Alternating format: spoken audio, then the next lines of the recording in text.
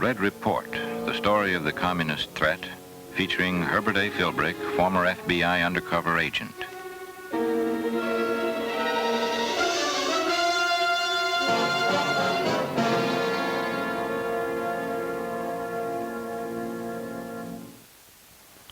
Herb Philbrick here.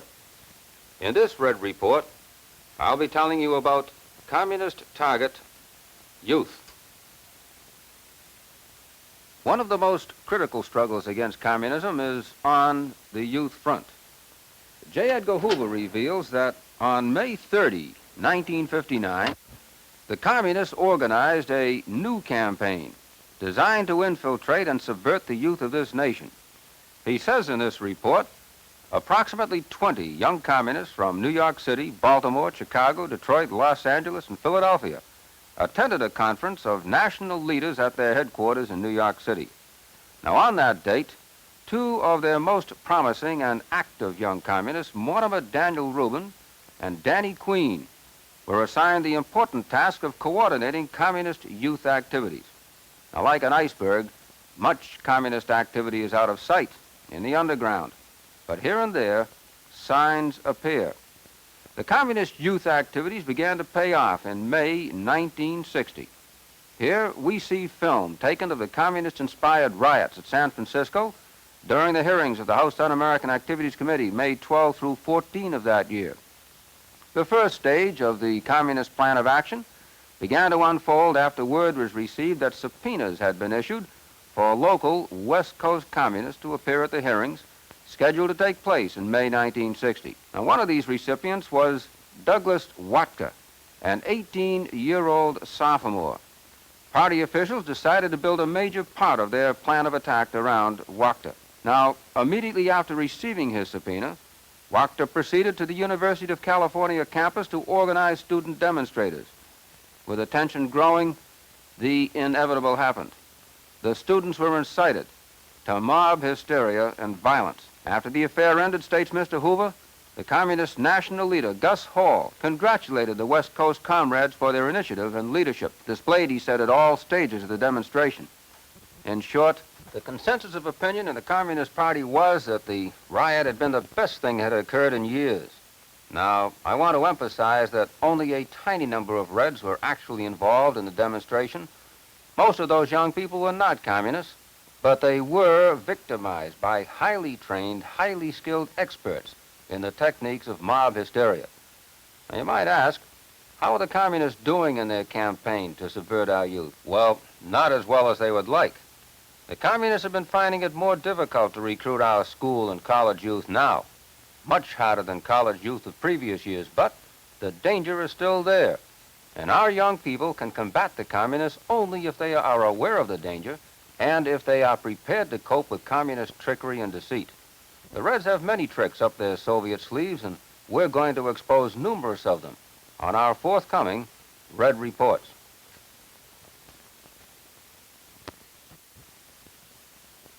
In this Red Report, we're going to tell you what the communists did on this date that made history in new Soviet directives. December 5, 1960, a day to go down in history. On that date, the communists released new Soviet directives, new orders to the Communist International in every country of the world, including the United States.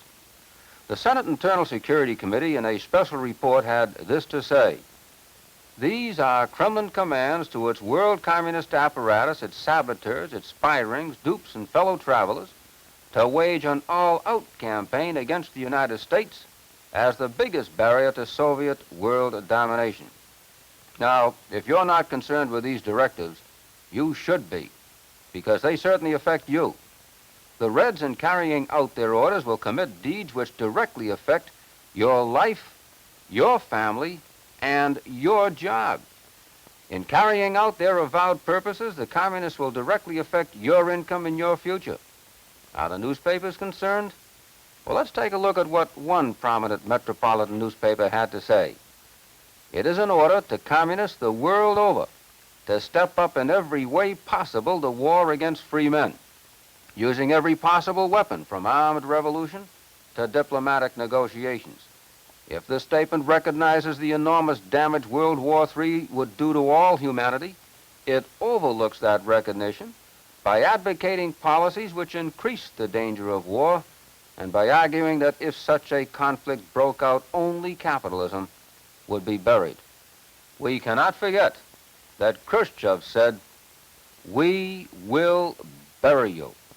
Well, such directives are not new.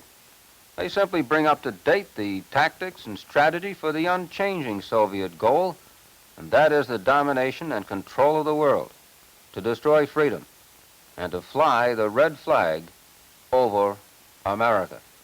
Just as surely as they did in the Hungarian Revolution, films of which you see here, it's the sole purpose of the World Communist Party to rule the world, and they will use any means at their disposal, including deceit, trickery, bribery, or ruthless force, changing only when it is expedient to their final aim at world domination. Karl Marx said, "Let the ruling classes tremble." In 1920, Lenin said, "As long as capitalism and socialism exist, we cannot live in peace. In the end, one or the other will triumph." And in 1924, Stalin said, "War with the West is inevitable." And in 1960, Khrushchev said, "The children of present-day America will live in a communist society." Do you think that Khrushchev is kidding? Well, we don't. And if you should need proof that Mr. Khrushchev and his company mean what they say, we hope to prove it to you on future Red Reports.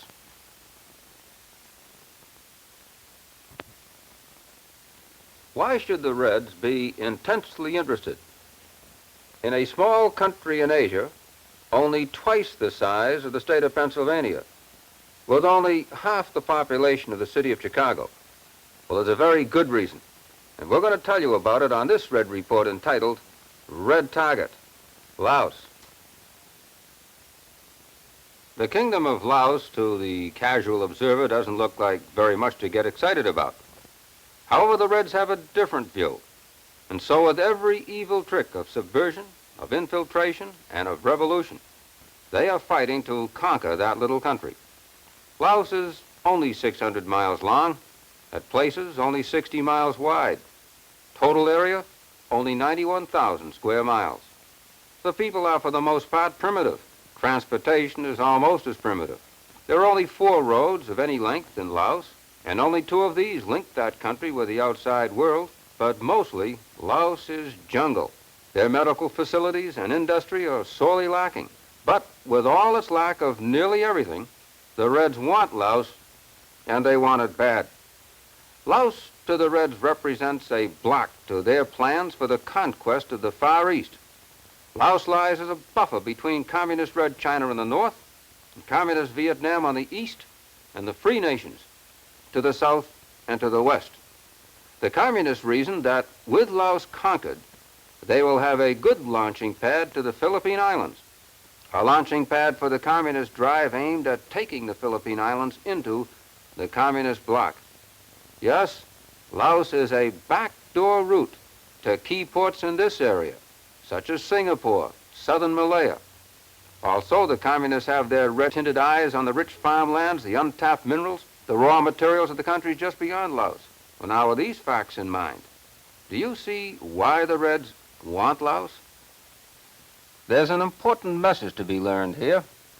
There was always an important reason behind every move made by the communists. They never move without looking ahead. Now, many times this reason may be obscured, but just the same, the reason is there, if you look for it.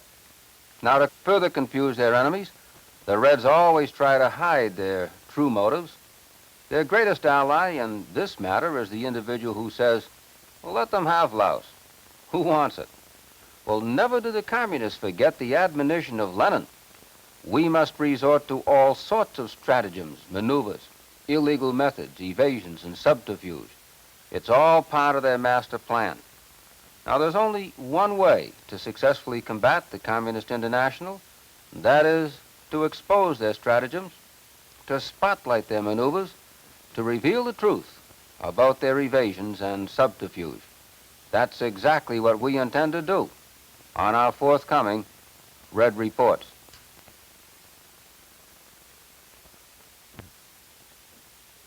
The communists would like to have you believe that they're protectors of the poor People's Party. I'll explode that myth in this Red Report as we answer the question, do the poor become communists? As many of you know, after reading the story of my counter-spy work in the Communist Party, I first became involved in the communist apparatus by accident. My first contact with the communists was through a Communist Front organization, the Cambridge Youth Council in Cambridge, Massachusetts. Well, I knew nothing about communism at that time. Indeed, probably a lot less than most of you folks watching this program. But even with my lack of knowledge about communism, still I knew that something was wrong, and so I contacted the FBI, and after agreeing to work with them, I began moving up in the communist movement. First, by joining further communist fronts, and then by joining the communist apparatus itself.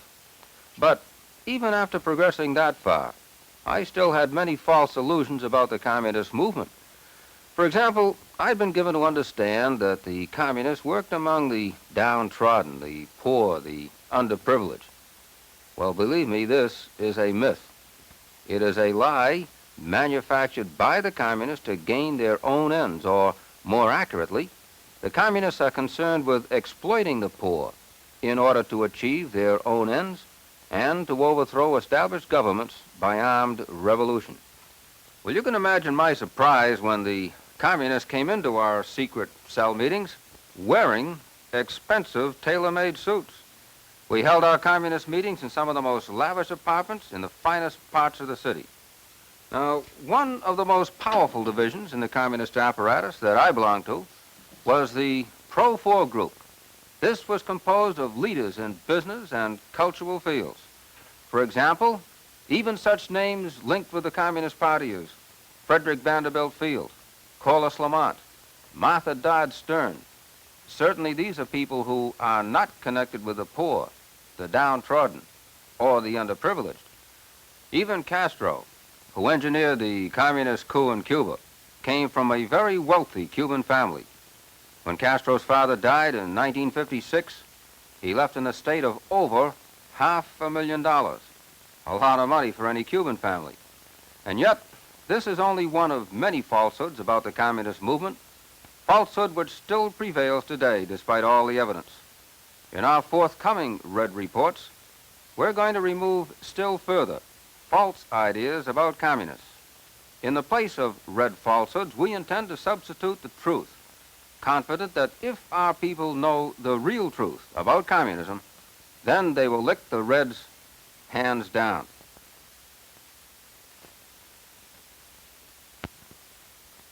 To every communist, words are keys to his thinking. The Reds are masters at inventing words which have special meanings.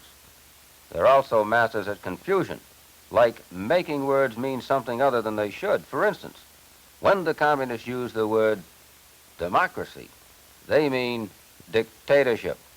This is a Leninistic trick. Now, another invented word of the communists is agitprop, and that's the subject of this Red Report. Agitprop stands for the Communist International Agitation and Propaganda Division. In this Red Report, we're going to have a look at communist propaganda methods. We'll be bringing you several Red Reports on this important subject. First of all, because there's so much of it. Secondly, because it's important. And thirdly, because it is based upon a very simple but completely fiendish trick. The root of communist propaganda is based on the idea that man is an animal. Further than that, man is a machine. He is, according to the communists, matter in motion, and nothing more. The communists know that they can control these machines. Now, if they can control one kind of machine, so they can control the human machine. And this is the theory behind red propaganda techniques. By scientific methods, the communists believe they can control you and me. Now let's see exactly how this works. Here's one of those marvelous electronic computers. Its secret is built-in conditioned response. Therefore, if you feed in a punch card, the response, the number 1000. Now every time you feed in a card with a punched hole in this spot, that machine will respond or feed back the same number. Now here's a human electronic computer. To the communists, there's no basic difference between this machine and any other machine. First you feed in a symbol, in this case, a word symbol, and back comes the desired response from that human machine. That machine which has been conditioned to respond to certain predictable words. Now, when the communist propagandists use the word hate, they get a suitable response from the human machine. With the use of the word love, the communists also get a happy response. Now, there are many other agitprop tricks. For example, the words war and peace. The word peace is intended to produce a feeling of contentment and ease in the mind of the listener, but when the saber-rattling utterance of war is used, well, this is intended to make the human machine become frustrated and worried. And that, believe it or not, is all there is to it. All communist propaganda is based upon this simple, easy-to-follow formula. Psychologists call it conditioned response. We're going to have much more to say about communist propaganda techniques on forthcoming Red Reports. Communist aims never change. Their goals are always the same. It is true, however, that in their drive for world domination and control, the communists quite often change their tactics and their strategy. And this causes a great deal of confusion. Well, it's for that reason this program is being presented. It is our intent and our purpose to clear up the confusion and to tell the truth about communism.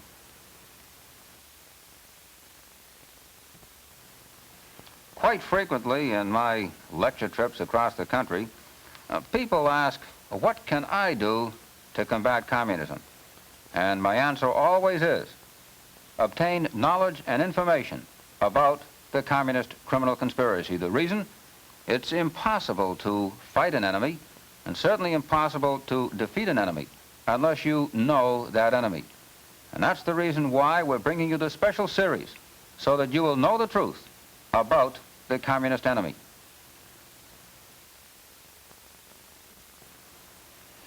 For many years, the free world has been losing the battle to the Communist International. And the question quite often is asked, why? Well, I believe the answer can be found in an old American saying, evil succeeds when good men do nothing. Indeed, it has been true that in the past, many Americans have been apathetic, indifferent, and complacent. Thank goodness this is no longer true. People today are anxious to know the truth about communism. We intend to tell you the truth about the Communist International criminal conspiracy. The communists have said, we will destroy you. How they intend to accomplish this aim is the subject of the Red Report.